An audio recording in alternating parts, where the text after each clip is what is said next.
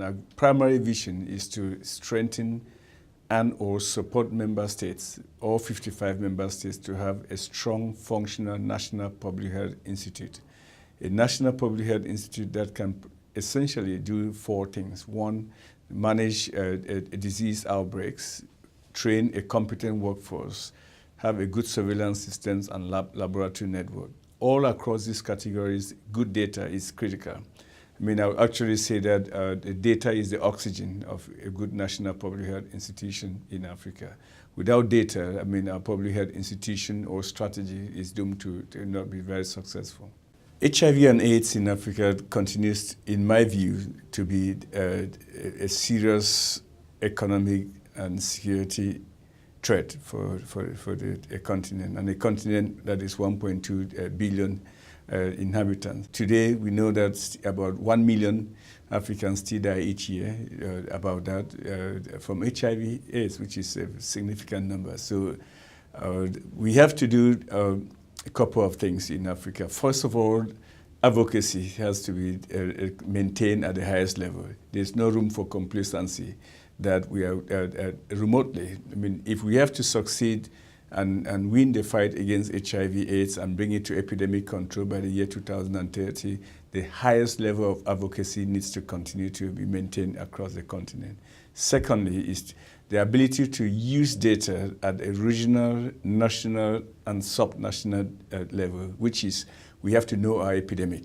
We need to know where the infections are occurring. We need to know who is infecting who and use the tools appropriately and deploy all the tools that are available at our disposition, i.e. Have the ability to deploy the antiretroviral therapy appropriately based on data.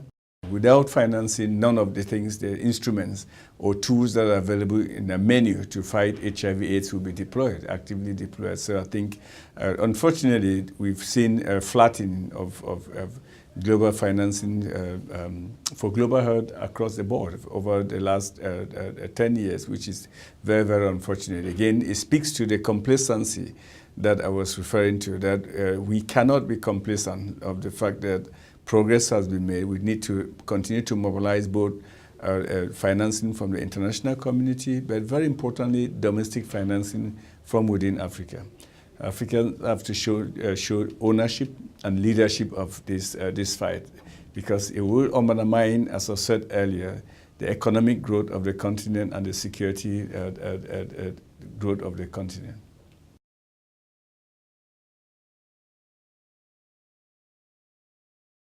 There are essentially three main findings. The first is that HIV prevalence, which is the proportion of adults who have HIV, varies quite a bit both within and between countries. That's not a completely new finding. Everyone kind of knew that that was the case, but the amount of detail and specificity with which we're able to show that now is definitely new. The second major finding is that the change in prevalence, so we analyzed data from 2000 to 2017, the change in prevalence also varies, both the rate and the direction. And so what that means is that you find countries, for example, where prevalence increased in certain areas while decreasing in other areas. So the actual picture on the ground has changed quite a bit over time. And then the third major finding is that when we look at the actual number of people who have HIV in a given location instead of the proportion of people who have HIV, we see this huge amount of diversity in terms of concentration. So a very large number of people living with HIV in sub-Saharan Africa live in a very small number of places, mostly really densely populated areas that have very high prevalence. But an equally very large number of people are really, really spread out throughout the bulk of the rest of sub-Saharan Africa. And so it has vastly different implications in terms of what it takes to reach those people. That level of detail is novel at the scale that we're doing this. So it's novel on a continent-wide scale. It's been done in a couple of locations previously for single years, but nobody's ever done it for the entirety of sub-Saharan Africa or over this kind of time range that we're looking at. Knowing how many people have HIV in a given location is a tool that can be used to ensure that there's enough treatment for those people, and also that treatment is going to the right places, the places where there's people who are living with HIV and need it. There are a couple of future directions. So there's some things that we want to do that are about adding more detail. So for example, right now we've done HIV prevalence by location. We would like to also do HIV prevalence by location and age and gender. which again is just kind of useful in terms of better knowing your epidemic, this idea that the epidemic varies locally and we really want to have a lot of information about it in order to do something about it. Additionally, we want to kind of move beyond looking at prevalence to also looking at incidence, the number of new cases, and mortality, the number of people who are dying of HIV, which again just kind of provide information about different dimensions beyond just prevalence.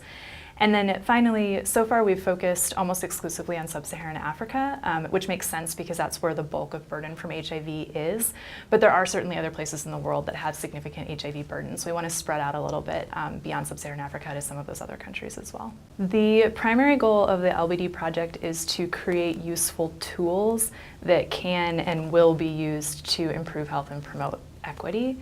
So we get to do a lot of really cool science, and that's the part that we're a part of, but the end goal is a better world, better health, better or more equitable health outcomes.